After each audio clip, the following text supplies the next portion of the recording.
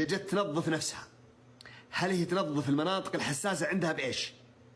تنظفها بلسانها، معناته أنها قذرة، معناته أن فيها نوع من القذارة، لأنها تضع لسانها وفمها في أماكن حساسة، تنظف الفضلات وباقي الفضلات من عندها بلسانها، ثم ترجع تتنطط عندك، تدخل في خشمك وتدخل عند رقبتك منها وأنت مستانس مبسوط.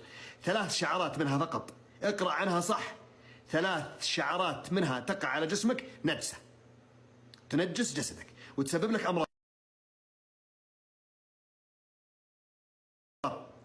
تسبب لك أمراض وتسقط الأجنة. اللي حامل وتلعب مع القطة إلا ما ندر ومن رحم الله سبحانه وتعالى ممكن تسقط عليها الجنين.